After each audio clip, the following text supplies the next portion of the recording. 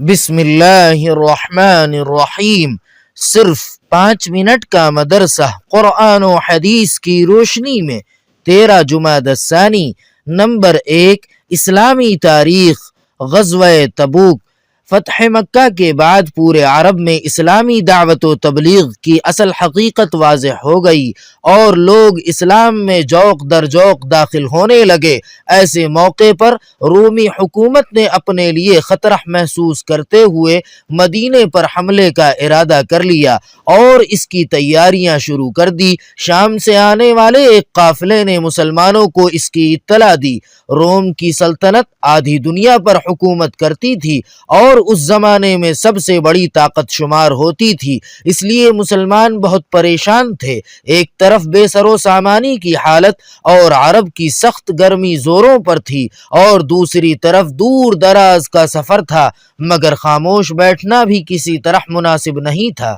چنانچہ رسول اللہ صلی اللہ علیہ وسلم نے جنگ کی تیاری کا اعلان کر دیا اور ماہ رجب سن 9 ہجری میں 30,000 کے لشکر کو لے کر آپ صلی اللہ علیہ وسلم تبوک کے لیے روانہ ہوئے۔ مسلمانوں کے اس دلیرانہ اقدام کی وجہ سے رومیوں پر بڑا اثر ہوا اور انہوں نے حملہ کرنے کا ارادہ چھوڑ دیا اور بہت سارے قبیلے کے سرداروں نے صلح کر لی۔ یہاں 1 ماہ قیام کرنے کے بعد رسول اللہ صلی اللہ علیہ وسلم بغیر جنگ کیے فتح مندی کے ساتھ مدینہ واپس ہو گئے۔ یہ آپ صلی اللہ علیہ وسلم کی زندگی کا آخری غزوہ تھا۔ نمبر 2، اللہ تعالی کی قدرت۔ منہ میں رطوبت یعنی تھوک۔ اللہ تعالی نے منہ میں تری کو پوشیدہ رکھا ہے کہ کھانا منہ میں رکھ کر چباتے وقت وہ تری پیدا ہوتی ہے اور کھانے کے ساتھ مل کر اس کے ہضم ہونے میں مدد کرتی ہے۔ عام حالات میں وہ تری ہلکی رہتی ہے جس سے حلق تر رہے اور سوکھنے نہ پائے، ورنہ آدمی بات ہی نہ کر سکے۔ اگر تری بالکل نہ رہے اور منہ ایک دم سوکھا رہے تو دم گھٹنے لگے اور انسان زندہ نہ رہ سکے، اور اگر تری کھانے کے علاوہ بھی منہ میں پیدا ہوتی رہے تو بات کرنے میں دشواری ہو اور منہ کھولنا مشکل ہو جائے۔ وہ کیسی قدرت والی ذات ہے جو کھانے کے وقت میں رطوبت کو زیادہ مقدار میں پیدا کرتی ہے اور عام حالات میں نارمل رکھتی ہے۔ نمبر 3، ایک فرض کے بارے میں، میت کا قرض اس کے مال سے ادا کرنا۔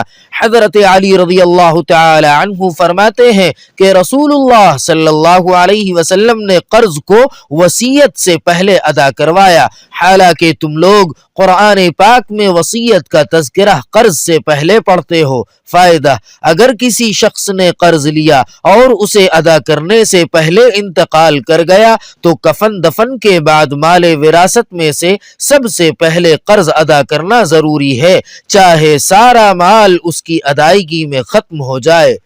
نمبر 4، ایک سنت کے بارے میں، استغفار کثرت سے کرنا۔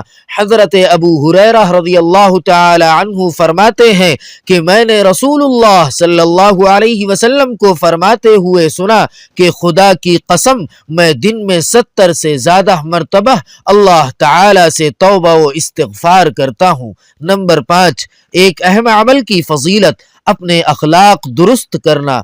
رسول اللہ صلی اللہ علیہ وسلم نے فرمایا، کامیاب ہو گیا وہ آدمی جس نے اپنے دل کو ایمان کے لیے فارغ کر دیا اور اسے صحیح سالم رکھا، اور اپنی زبان کو سچا بنایا، اور اپنے نفس کو نفس مطمئنہ اور اخلاق کو درست بنایا، اور کانوں کو حق بات سننے کا اور آنکھوں کو اچھی چیزوں کو دیکھنے کا عادی بنایا۔ نمبر 6، ایک گناہ کے بارے میں، کسی کے ستر کو دیکھنا۔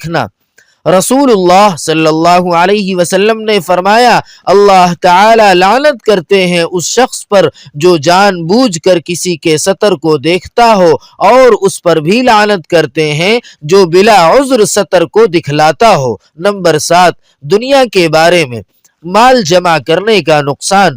رسول اللہ صلی اللہ علیہ وسلم نے فرمایا، تم مال و دولت جمع نہ کرو کیونکہ اس کی وجہ سے تم دنیا کی طرف مائل ہو جاؤ گے۔ نمبر 8، آخرت کے بارے میں، پرہیزگاروں کی نعمت۔